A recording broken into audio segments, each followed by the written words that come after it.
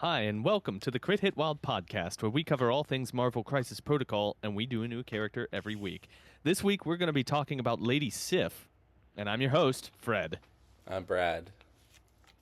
And I'm Steven. Hello, guys. How's it going? How are you doing today, Brad? Fine.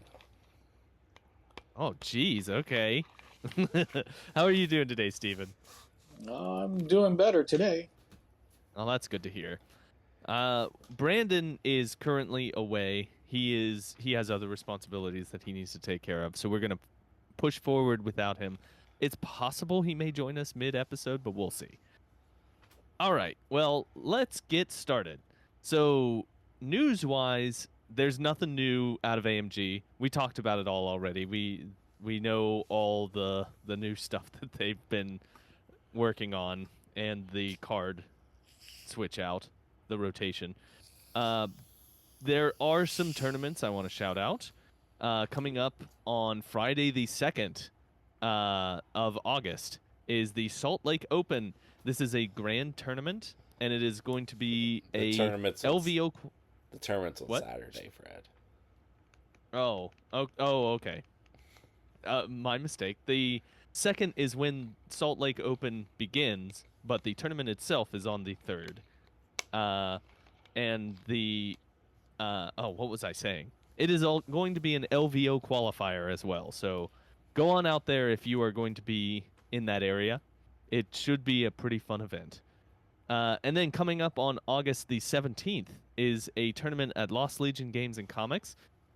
We are figuring out exactly what it's going to be. It's probably going to be a regular MCP tournament, but Probably a regular MCP. Nothing weird like Mojo Ball. no, probably not. But if that's what people want, that's what we'll do. But I have a feeling people want a normal tournament. Yeah. Probably. Then coming up in September, on the 14th of September, is the Akron Brew Brawl. This was fun the last time we did it. I'm already signed up. I look forward to participating. It'll be fun. It'll be a lot of fun, hopefully. And then on the 28th is 28th of September, I should say, is the Fabricators Forge in Pittsburgh's tournament, and it will be their BECC qualifier as well as an LVO qualifier. So it's a big event. Is it a maximum of 32 people and it's already full? Is that what they've said? What, the Pittsburgh tournament? Yeah, the Pittsburgh I tournament. don't think it was full, but maybe it is. I'll check. It may be. I don't know. It might not be full, but 32 people. We just came back from a 24-person tournament that went 5 rounds. So, that one's gonna be a long one. But I'm looking forward to it anyway. Well, that's it for news and announcements. I'm gonna throw this over to Steven here real quick. Steven, we did a couple episodes, and I want your takes on Loki, the new Loki, and the new Thor. Just real quick, what your feelings are on those two new characters. Okay, real quick, Fred. There are only 18 of the 32 spots are filled right now. Oh, okay. Well, then, never mind. Okay. Sorry, go ahead, Steven. That's fine. I'm really curious about Loki and getting him on the table because he looks like he can not be the centerpiece, but be an annoying piece on the table.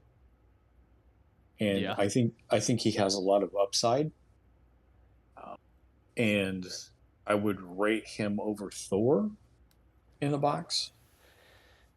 But with Thor, he is what he is. He's a beat stick, right? And yeah, he's a 6-point badass is what he is. But I don't think he has the ability to go everywhere, like a Hulk does. So you have to have a specific plan for him. Hulk's kind of just like set it and forget it, right? Which is why I don't like Hulk, right? Yeah. Because I mean, my 5-year-old niece can play Hulk, right? It's easy.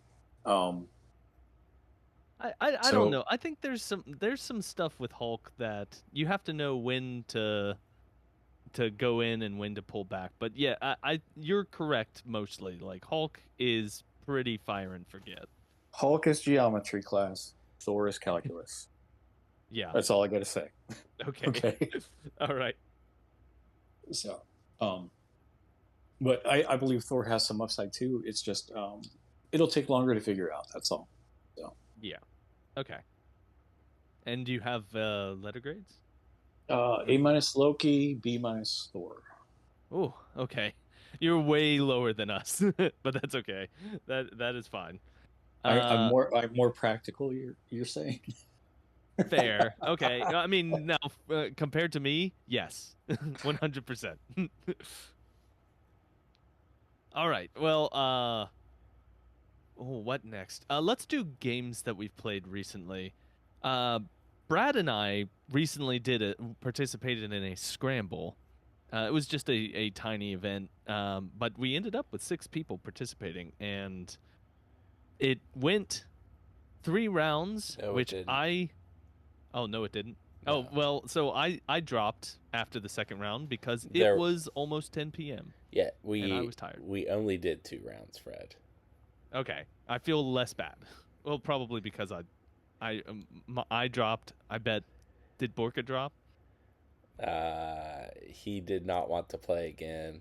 No one really wanted to play again. It was pretty late.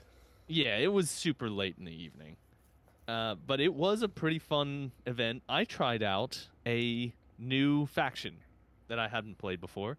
I played Cabal under Red Skull Master of the World, and it was a ton of fun. I really like Cabal under Red Skull Master of the World.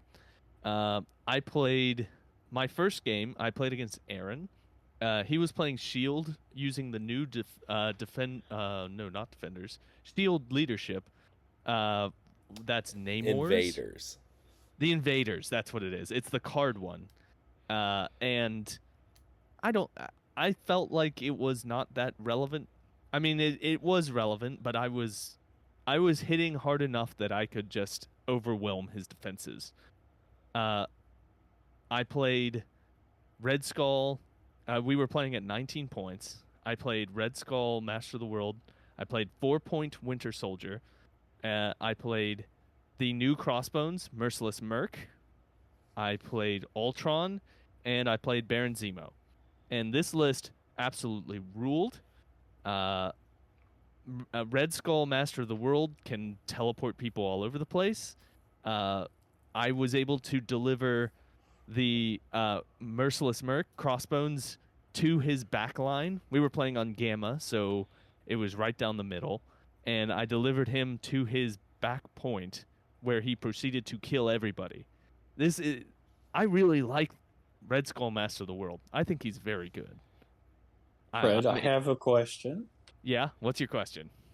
I've been running Baron Strucker Hydro, but in lieu of that, I'm running 4-point Bucky also with Soldat. How do you like the interaction with Soldat? I think it was great. Part of the reason why I really like it with Red Skull Master of the World is you can use other people's power to help spend on his superpowers.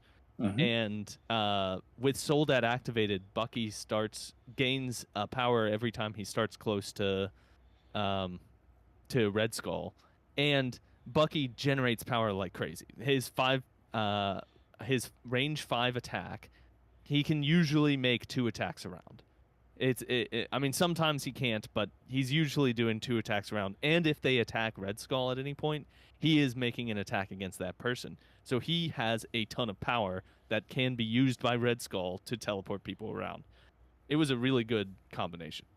Yeah, I like him with Strucker Hydra because Strucker gives him a reroll in addition.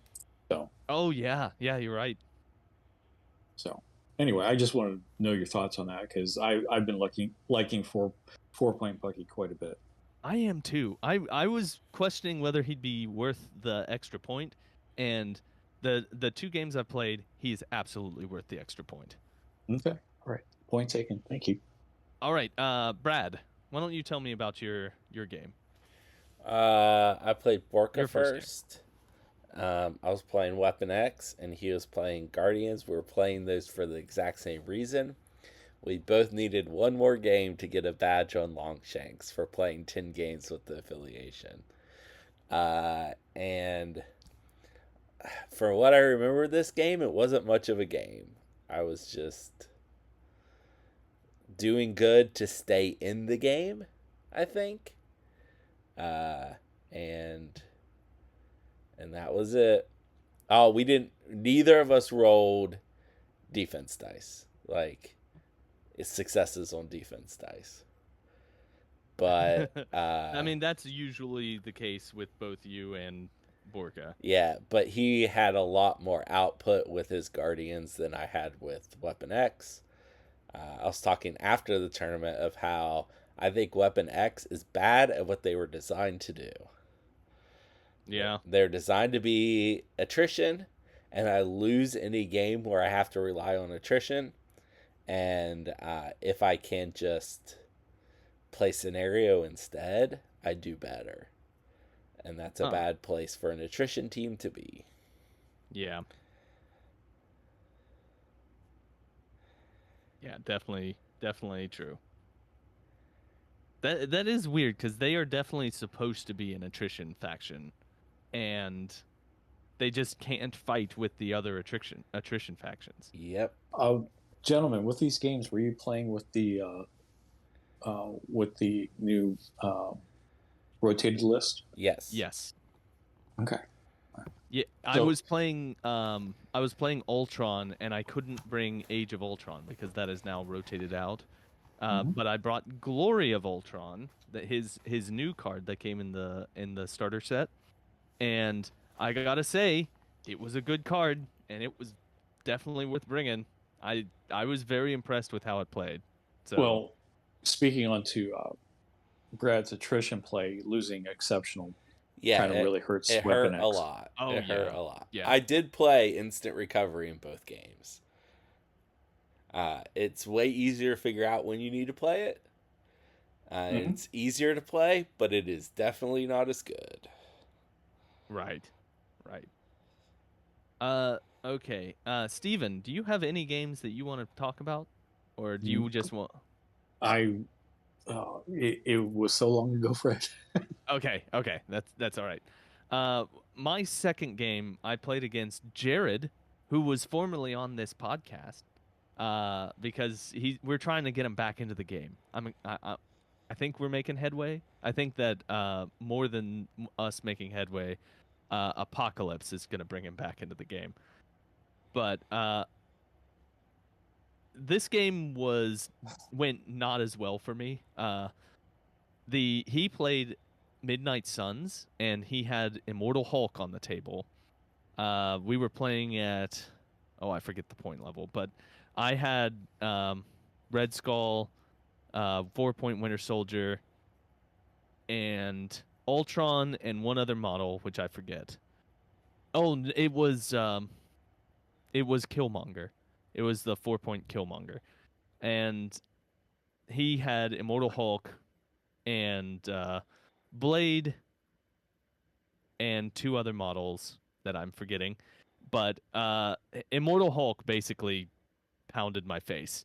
There was a point in round 3 where I had dazed Immortal Hulk, and he came back round 3, or actually it was round 4, and I got to make attacks before he did.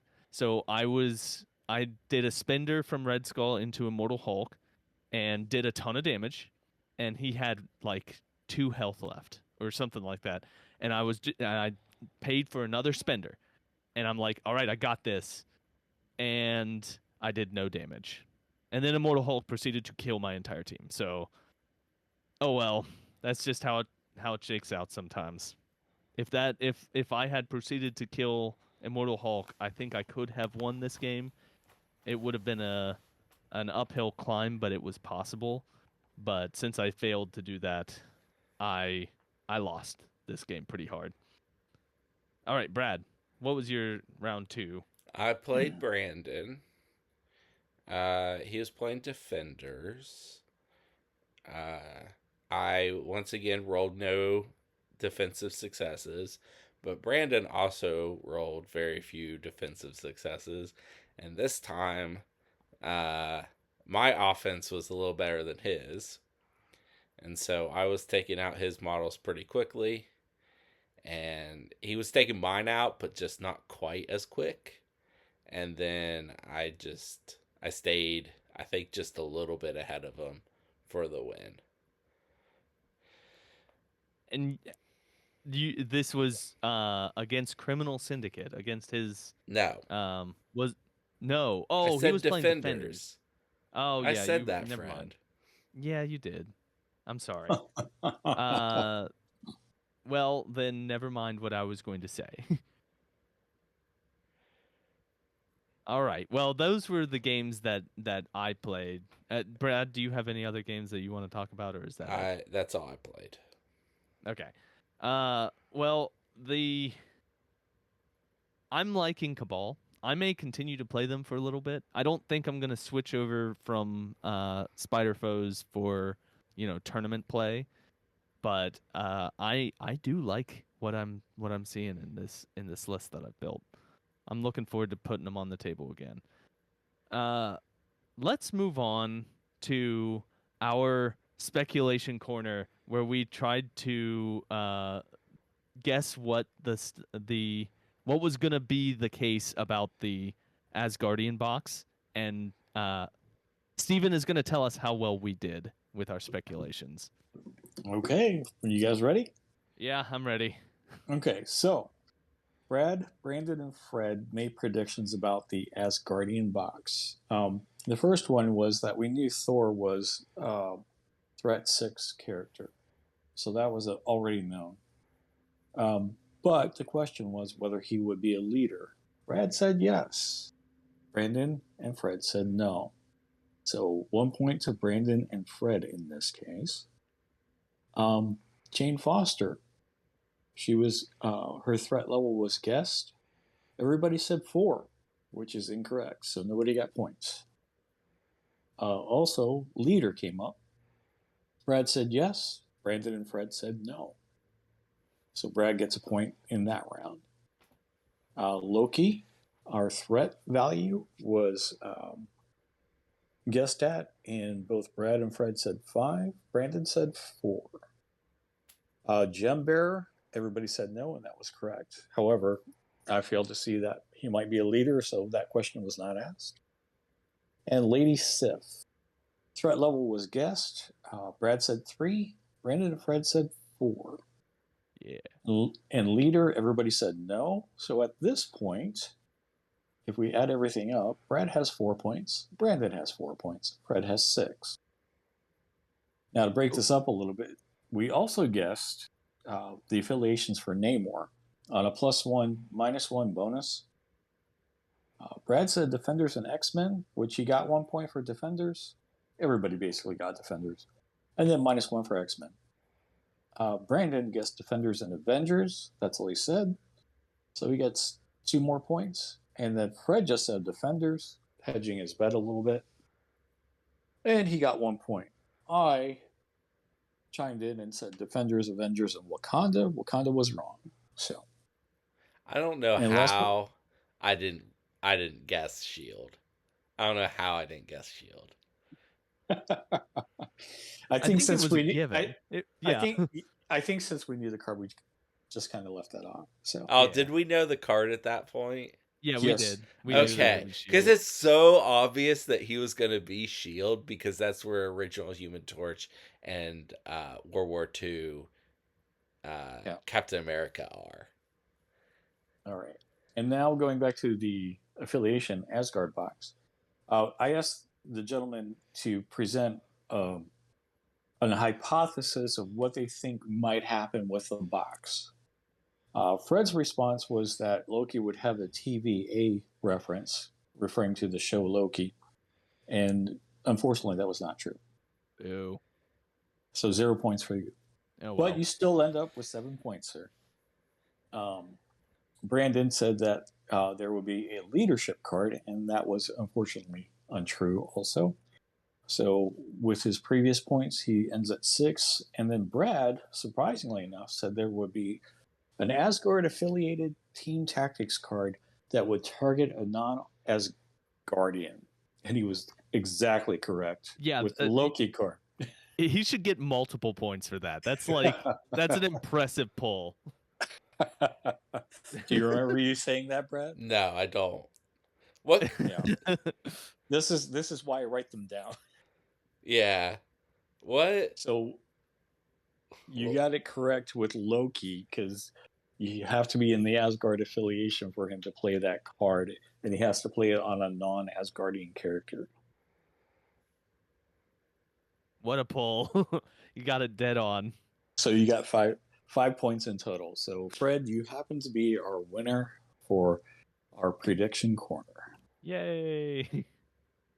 I think I'm going to do something of this nature next time I'm on, which is probably next week. I think I'm going to target the Monsters box and also Mephisto, and maybe a little Apocalypse in there, not Apocalypse specifically, but maybe who his horsemen are.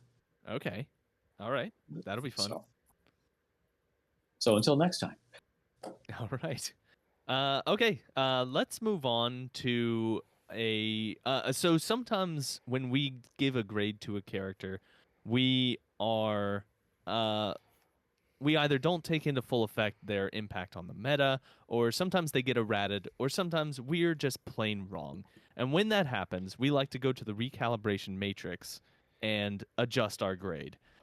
This week in the recalibration matrix, we're going to talk about Psylocke. Is that correct? Is that where we landed? Yes. Everyone? Fred, all right. You were choosing. Okay. We landed on Psylocke because we gave her probably a little bit too low of a grade the last time that we talked about her. I'm pulling it up now what we gave her. It looks like for Psylocke, we gave her okay, here it is. Brad gave her a B. You gave her a B. I gave her a C+. Yeah. I think that she is very effective on the table. I mean, there's someone on this call who has played an enormous amount of Psylocke. Brad, what's your take here? Oh, me? I have played a lot of Psylocke, and I think she's great. I think she should probably be splashed more than she is. Like, she is very hard to kill, and with reroll any number of dice, she also kills a lot of people. And choosing between energy and mystic is so good on her builder. Yeah. So, Steven, do you have anything you want to talk about with Psylocke? I think we were down on her initially because she was done in episode 50, but in episode 46 there was a guy called Beta Ray Bill. Oh yeah. So I think that kind of influenced our grading system a little bit, because we took it out of what's like, well, why would you play Psylocke when Bill's around? But apparently that's changed now with the card rotation. Psylocke has killed Bill every time I've played her against him. I understand, but people are not you, Brad. They listen to the internet and they take Bill because the internet says so. Right. Okay, so we need to give a recalibrated grade to Psylocke.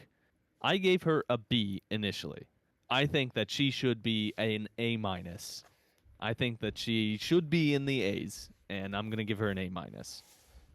All right, Steven, what are you going to give to Psylocke? Probably a B+, because unfortunately not everybody's Brad. And people still reach for the tried and trues of X-Men. They reach for Logan the Wolverine, right? They reach for Rogue, and anybody who runs more than 2 4s in their list, a lot of the times they're looked at like they have 3 heads. So, but I would put her at a B plus. So Okay. All right. And Brad, what are you giving to Psylocke? You should absolutely be playing her over Rogue. And in fact, she should be splashed a lot more than she is. I think A minus is pretty good place. She's not quite Bill, but she's like, if you want a slightly different thing than Bill, she might bring it. She is so good at what she does. I think the thing that holds her back is that she does not have a throw. No, she doesn't have a throw, but she kills Hulks. Oh, I understand that, but people like to throw Hulks off of points to score them. Yeah, but if Hulk's not on the table anymore, that's better. Yeah, but it takes you what? How many rounds to get through that? So, I mean, I'm just playing devil's advocate right now. know. I'm not trying to antagonize you, Brad. Not at all. If you also have a cable, they can kill him in probably 2 turns. Oh, I have no doubt about that. I can do the same thing with an Avengers build. I know exactly what you're saying because I use cable in that Avengers build to do that. So. Yeah, cable also really good at killing a Hulk. True. All right. Well, that was our recalibration matrix. We will be back next week with a new character. And now let's move on to Brad's trivia game where he gets to make fun of me for knowing very little about Marvel Comics. Okay, right, so Brad, how the game works is I give Fred a trivia question about a character in Marvel, but the trivia is from the comics. And if he gets it on the first piece of information, he gets 3 points. If he gets on the hint I give him, he gets 2 points. And then it will go to Steven, and if Steven gets it, then Fred gets 1 point. Fred needs 6 points to win. I think that's what I do for when we only have one person helping Fred. And that's it. So, Fred, do you have any questions? Great. This character faced off against Charles Xavier and Magnus in Israel sometime after World War II. And Magnus? In Israel, I don't know who Magnus is, for one. And who would this be? It wouldn't be Magneto, would it? I'm just going to guess Magneto. That is incorrect. Your hint. Okay. His children, collectively known as Fenris, are mutants that have to touch to shoot energy blasts. As in his children have to touch each other in order to... Yes. Okay. And they are collectively known as Fenris. Yes. Again, not helpful. I have no clue here. I've got nothing. Would it help you to tell you that is implied that they are fucking?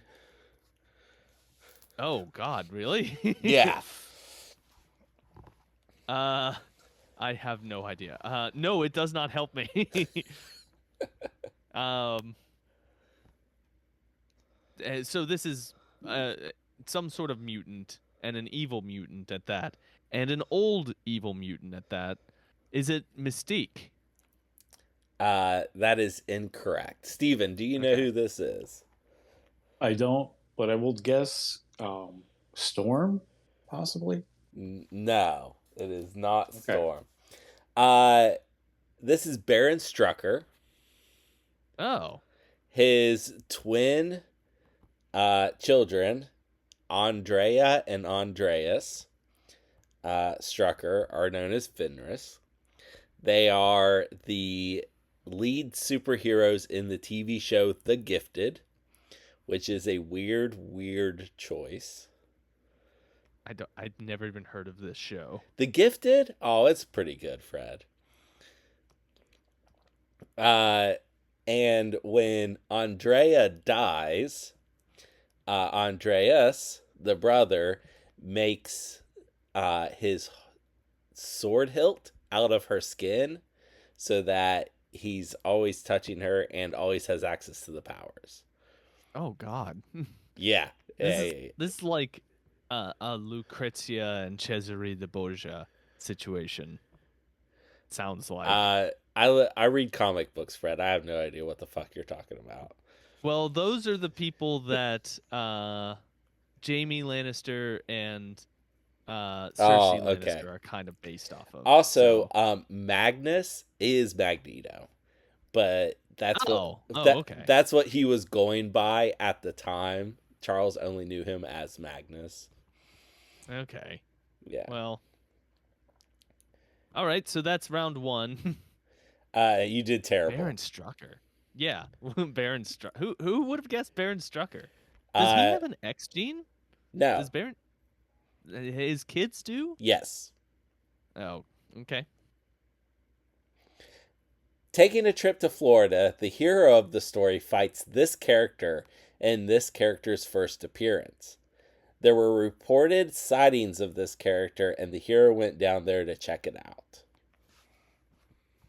Okay, so this is the not hero. This is the villain that I'm trying to find. It is not the hero of the story now.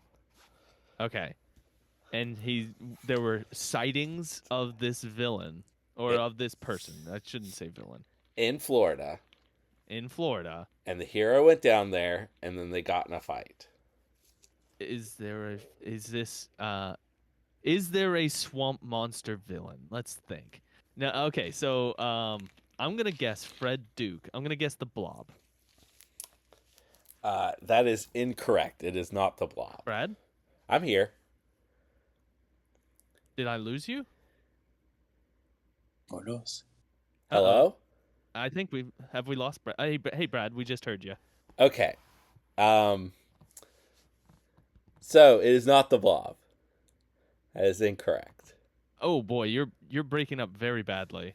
I'm worried it's on our end. Well, I mean, the record's gonna pick me up just fine. Can you hear me? Yeah. So we're breaking up from the record. I hear you fine, Fred. Okay. Can you hear me okay? Yes, I can hear you now. Okay. It's not the Blob. Are you ready Not for the your Blob. hint? Yes. Turned into a monster by means meant to help others, this character gave the hero from the first part the same formula, and that hero grew 4 arms. The same formula? Oh boy. Is it? I have no idea who has 4 arms. Is it going to be? I'm gonna guess Omega Red, and that's wrong. That is wrong. Steven. Okay. Do you know who this is? My guess would be Lizard. Lizard is correct. Okay. So Peter Swamp should have gave it away.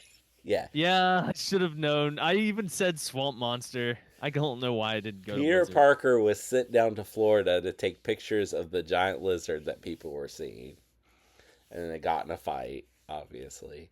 And then he gave Peter Parker the lizard formula, and Peter Parker grew 4 arms.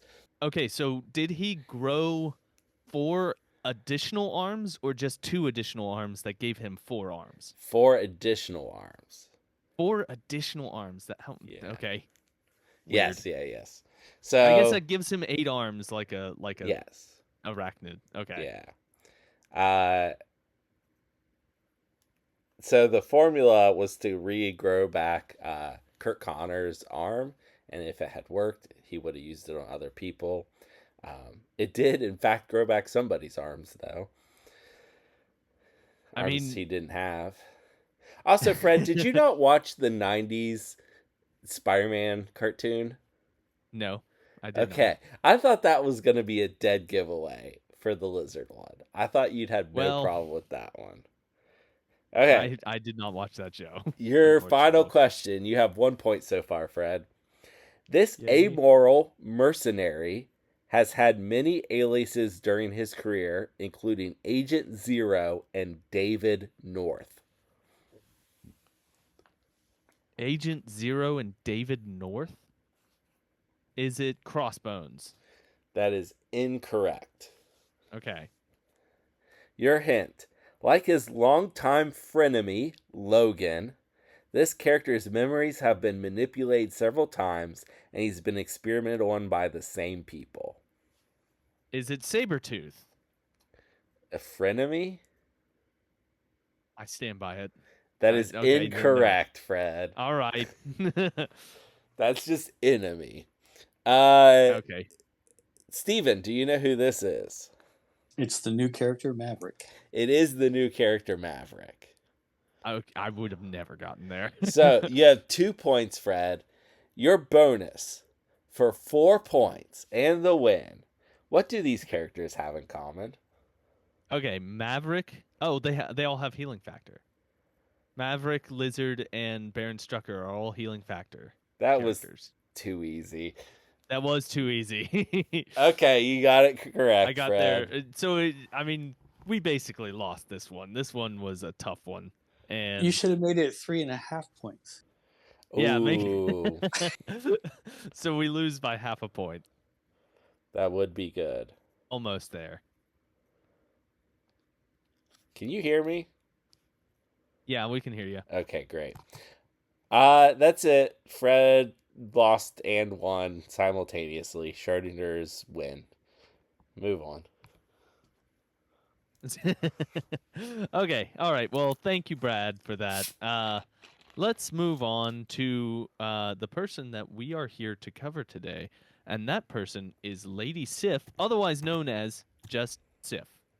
Her defenses are 4 physical, 3 energy, and 3 mystic. She has 6 stamina on both sides of her card. She is a threat value of 4, a size 2, and a movement speed of medium. All right, Steven, why don't you go over her attack suite? Sure. First, we have a physical attack called Where You're Born. It is range 2. It is strength 5. It causes 0 power. After this attack is resolved, this character gains power equal to the damage dealt. On a wild, we have a push.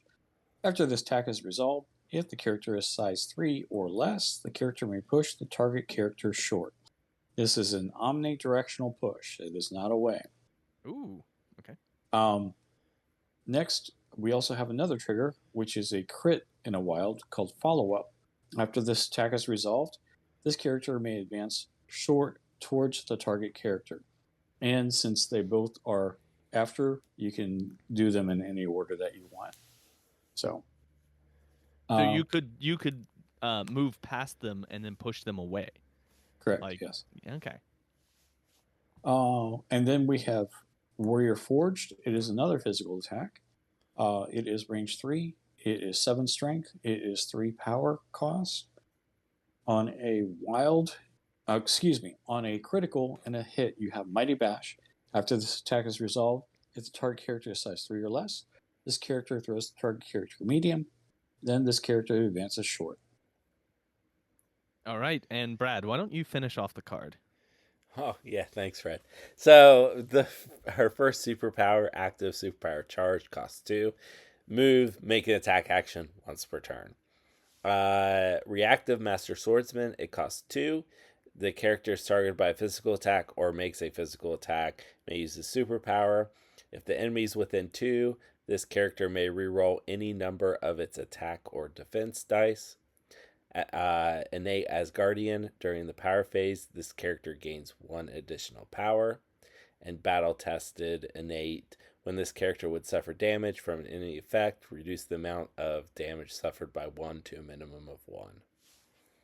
Okay, so this is Lady Sif, and I gotta say, I like what I see on this card. I love Master Swords. It's actually Master Swords Woman. Yeah. It's called Master Swordsman on 3-Point Baron Zemo. On Baron Zemo. So, that's the comparison I was going to make, is that Master Swordsman is a fantastic ability. Like, it may not look quite like it, but on imagine on a Warrior Forged attack getting to re-roll everything, and you will almost certainly get your trigger if you're trying to get that trigger, and that trigger is very good. Uh, and then she has a charge, and then on top of all of that, she reduces damage by 1. I like a lot. I like all of that. That is all good. Uh, I guess the question is, do the attacks make it worth bringing her with for 4 threat? And I forward yes they do. I like the attacks as well. Okay, Steven, what are your thoughts here looking at Lady Sif? Well, even though she does have similarities to Baron Zemo, she does have a lot of differences. So enough that you could consider her. I mean, she is only a medium move, so it's a give and take, obviously. But overall, I think she's sneaky good. So Yeah, like she's not blowing. Like she is not a runaway Fantastic Four, but she is a on. I would say she's on the upper end of fours. She's that are not a available. Bill. Yeah, she's not a Bill. Correct. Right. She's probably not a Psylocke. She's still pretty All right. good. I think she's still pretty good. Brad, what are your thoughts here? She can charge turn 1. so can Valkyrie. Yeah. Oh, that's a big deal. Like, take her and Valkyrie. Like, I think as Guardians after this box are going to be great plays, because I think she gets played I a agree. lot. Like the builder with I push. hope he's still talking because I can't hear him. I could hear you, Fred. Can you hear me now? Yep. Yes. Okay. I was still talking, and I can hear you, even if you can't hear me, Fred. Sorry. Okay, so the push on the builder's really good. Follow-up's nice if you get it. I wish the advanced short on the spender was just a separate thing.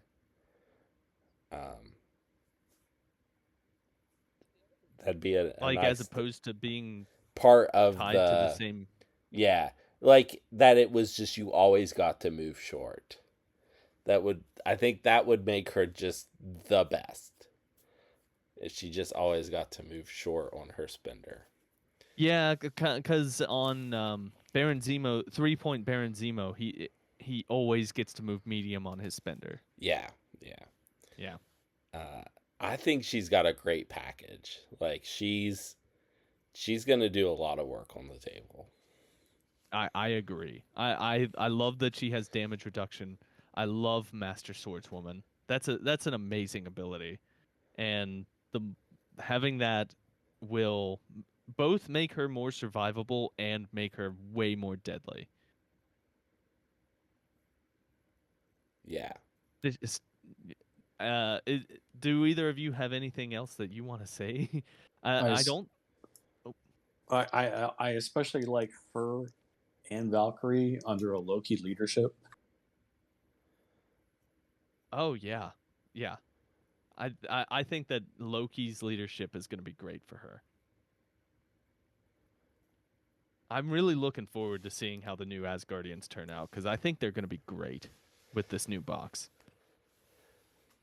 All right, are any of these tactics cards for her specific? I don't think they are. I'm trying to find if any of these are for her. I don't remember. I don't think they are. I'm looking for required character lady, and nothing comes up. So there aren't any specific tactics cards to talk about. This is actually kind of a simple character. She's very straightforward, but in a good way. She's straightforward. Yeah. We got to give her a letter grade. So I will go first. I think that this is. I could almost certainly see her being splashed in some factions, but I'm gonna say that this is a straight up B+. I'm giving her a B+. Brad, what are your thoughts here on Lady Sif? Well, I mean, I pretty much agree with you. Like, you could splash her if you like the character and like want a straightforward beat stick. That, I mean, there's lots of those, but like she's really good in faction. I think B plus is good. All right. What are your thoughts here, Steven? Um, I think she's going to suffer from being one of the forgotten characters at 4th red, honestly. So I can't go higher than a C plus because she'll see playing faction, but I don't think she'll be anywhere else. I mean, you're probably correct about that. That she's not going to be. She won't be one of those characters that ends up everywhere. But I mean, I would splash Black Panther over her, right? okay. Just 4th red Black Panther to me, they both play well, but Black Panther just has more, and we're not even talking about the top 4th red. So Okay. Yeah. You're probably right. She's probably not going to get splashed anywhere. She will be a character that is used exclusively in Asgard, but she will be good in that. That will be you'll see her on the table and think, "Oh no, they have a damage reducer who hits like a truck when she uses Master Swordsman." I'm curious to see if she gets put into A Force. Oh, she might be A Force. That's true. A Force could be a great place for her. Yeah. Because Valkyrie's already in it, so I wouldn't see any reason why not. Yeah. Well, Valkyrie was actually on the A Force team, and I don't think Sif was. But other than that, sure.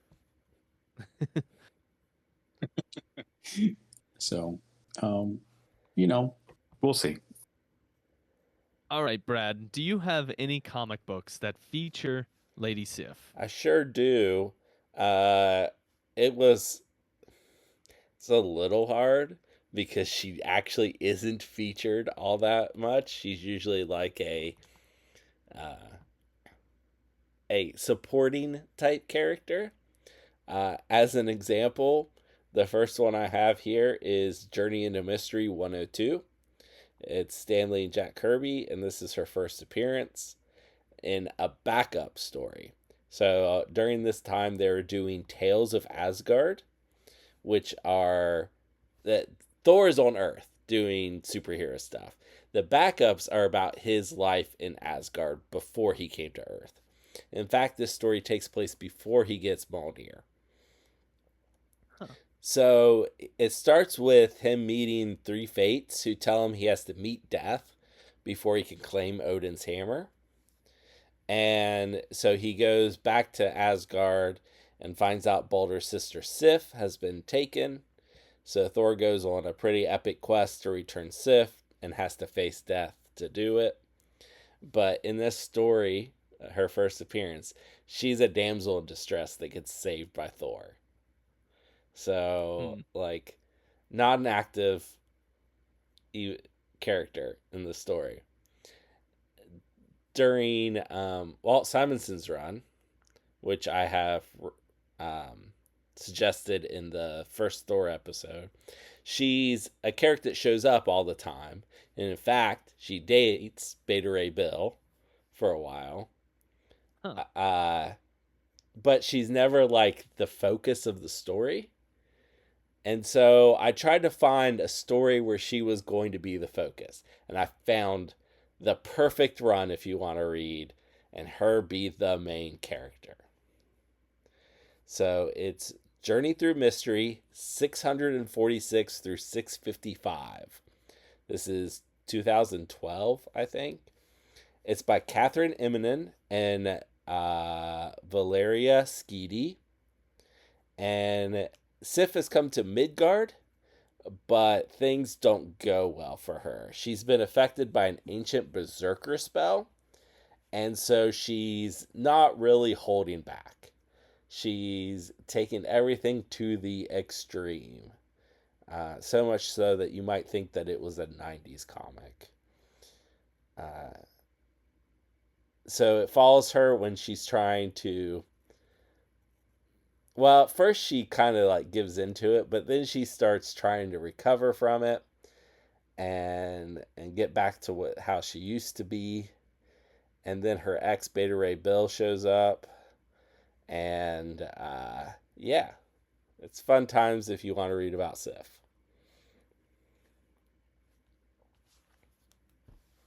Okay. Well, what's it like dating Beta Ray Bill? I don't Is know. like I don't think of him as being in any way even remotely human, but I guess he kind of He is is human an enough. alien. You have to go to bed with a can of oil.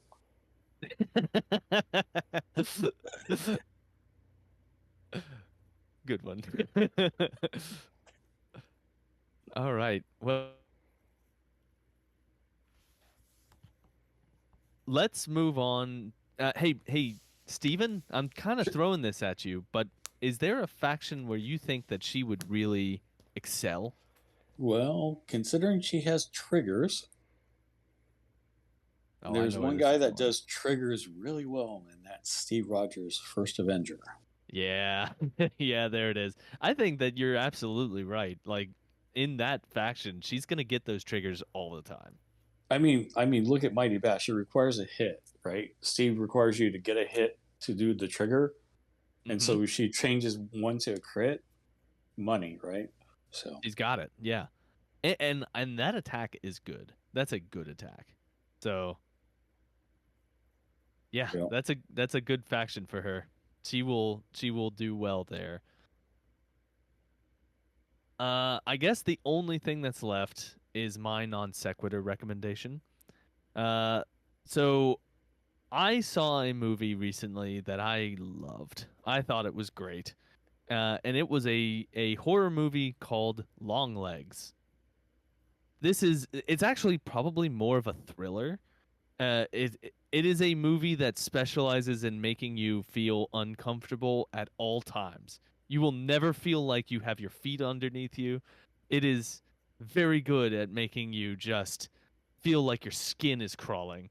And can I just say, Nicolas Cage looks crazy and is acting absolutely insane. This is, I mean, Nicolas Cage is a fantastic actor. He is uh, uh, great in this movie. He will make you feel like you want to pull your hair out. And that's it. That's what I'm going to recommend. Go see Long Legs. I don't think it's still in theaters. It might be, but All right. Well, Ghost Rider 2 would like to have a word with you about Nicolas Cage being a good actor. I just saw a Nicolas Cage movie that was really good. which movie? Dream Scenario. Oh, wait, I've not seen that. Oh, it is weird and deeply sad. Okay. It's very good. Do you know the premise, Fred? No, I don't. Uh this college professor starts randomly showing up in people's dreams all over the world. He's Okay. not going to tell you anymore, Fred. You That's Right. have to go watch it. that's enough. I mean, if you're not interested in that, he has no conscious awareness of this. It just starts happening. Huh. Okay. It's very good. It was very good. All right. Well, I should check that out as well. I've been liking Nicolas Cage a lot more recently. His movies have been good. All Uh, right, I love let's Nick call it a Cage. day. Oh yeah, he's great. Let's call it a day. We've been recording long enough. We gave him a big episode yet last week, so uh, thank you for joining us, everyone out there, and have some fun playing MCP, and have a wonderful rest of your week. Goodbye.